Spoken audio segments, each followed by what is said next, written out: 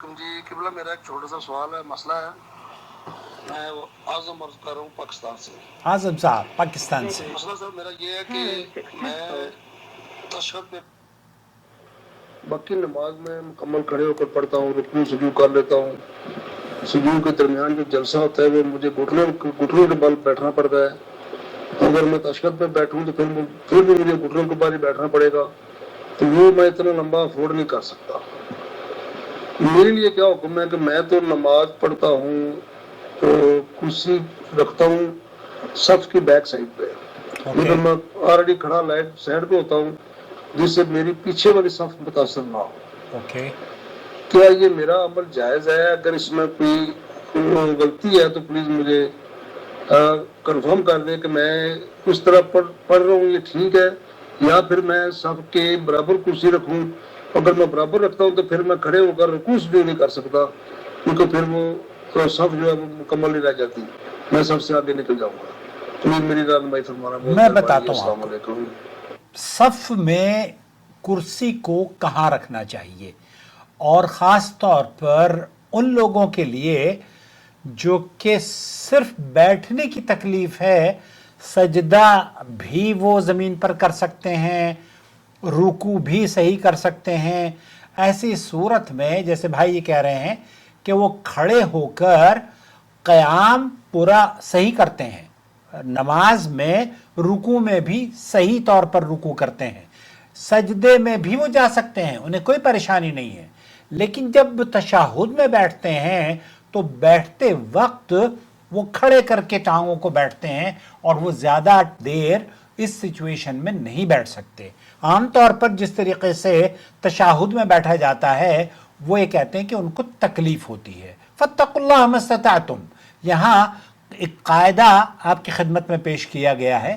اللہ تعالیٰ نے جتنا آپ اللہ سے ڈر سکتے ہو اتنا آپ کو ڈرنا چاہیے، اور یہ تقوی ہے. آپ کو دیکھیے ڈاکٹر سعد الخسلان ہیں، اور مفتی حرم ڈاکٹر حمید سے بھی یہی سوال پوچھا گیا. میں آپ کو بتاتا ہوں انہوں نے کیا جواب دیا. بہت سارے لوگ ہیں جیسے آپ ہیں، وہ بیٹھتے ہیں اور بیٹھنے کے بعد صحیح طریقے سے وہ نماز ادا کرتے ہوئے انہیں تکلیف ہوتی ہے، کبھی کرسی پر بیٹھتے ہیں، کبھی سجدہ نیچے کر لیتے ہیں. ان کے بارے میں کیا حکم ہے؟ اور کرسی کہاں رکھے؟ صف کے بالکل جیسے کہ آپ کھڑے ہوئے ہیں بیچ میں رکھ لیں صف میں، یا پیچھے کر کے رکھیں اس کو. اگر پیچھے کر کے رکھیں گے تو پیچھے والے کی صف متاثر ہوگی، اور آگے کھڑے کر کے رکھیں گے صف میں جہاں آپ کھڑے ہوئے ہیں تو وہاں پر جو جس صف میں آپ ہیں وہ سمجھتے ہیں کہ یہ متاثر ہوئی ہے. اس کا صحیح حکم کیا ہے؟ اس کے دو حل ہیں، اور یا دو کیفیتیں ہیں اس کی. ایک آدمی بیٹھ کر کرسی پر نماز پڑھتا ہے، یہاں جب وہ بیٹھ کر نماز پڑھ رہا ہے جس جگہ پر وہ بیٹھا ہوا ہے اس کے بیٹھنے کی جگہ اور برابر کی جو وہ ہے مصلی کی جگہ جو مقتدی آپ کے برابر میں رائٹ اور لیفٹ پر ہے، اس کے برابر بیچ میں آپ بیٹھے ہیں، یہ مطلوب عمل ہے.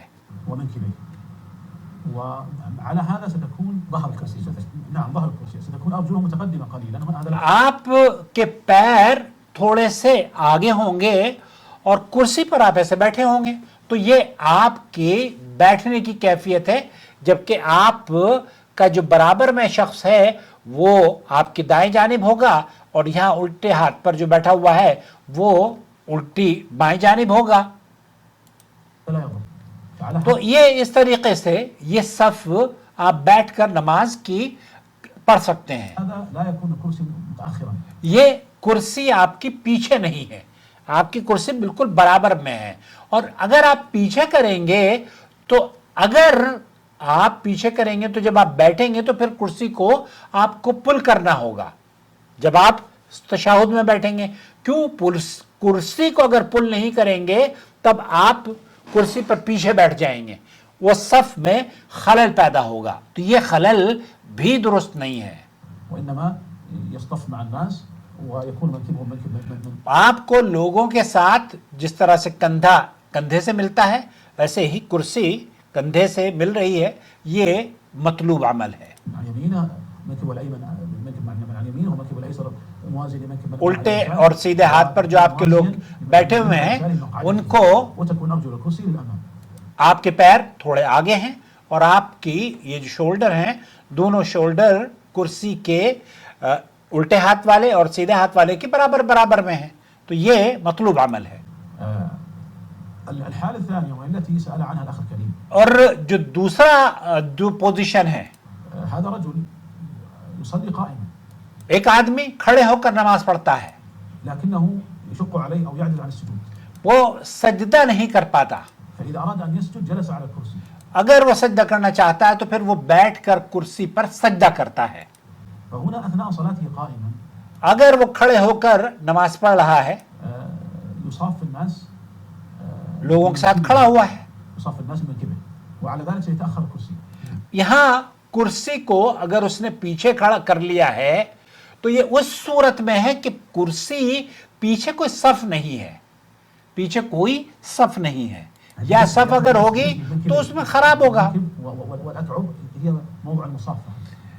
تو یہاں اگر آپ نے پیچھے والے کو اپنی کرسی پیچھے رکھنے کی وجہ سے اذیت دے دی تو شیخ سعد الخسلانی فرما رہے ہیں یہ حرام ہے, یہ جائز نہیں ہے.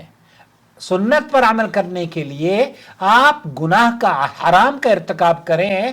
صف بندی مسنون عمل ہے لیکن یہ مسلمانوں کو تکلیف دینا حرام ہے, ناجائز ہے. اس لیے آپ اپنے آپ کو اس اگر پیچھے کوئی جگہ خالی ہے اور کوئی صف نہیں ہے ستون وغیرہ ہے بہت اچھی بات ہے, لیکن جب آپ بیٹھیں گے تو کرسی کو آپ کو آگے کر کے بیٹھنا ہوگا. اگر آپ کھڑے ہیں پیچھے کرسی ہے آپ کی دوسرے صف میں کوئی حرج نہیں ہے, لیکن عام طور پر کرسی کو اگر آپ صف کی برابر میں ہی رکھیں گے اور اسی پر بیٹھیں گے تو یہ زیادہ مناسب ہے اور اس سے کسی کو تکلیف نہیں پہنچتی. فمعنى ذلك أنه سيصاف الناس كما لو لم يوجد كرسي. تو آپ کو اس کا مطلب یہ ہوا کہ آپ ایسے کھڑے ہیں کہ جیسے کہ کرسی وہاں پر ہے ہی نہیں ہے, لیکن کرسی آپ نے پیچھے رکھی ہوئی ہے.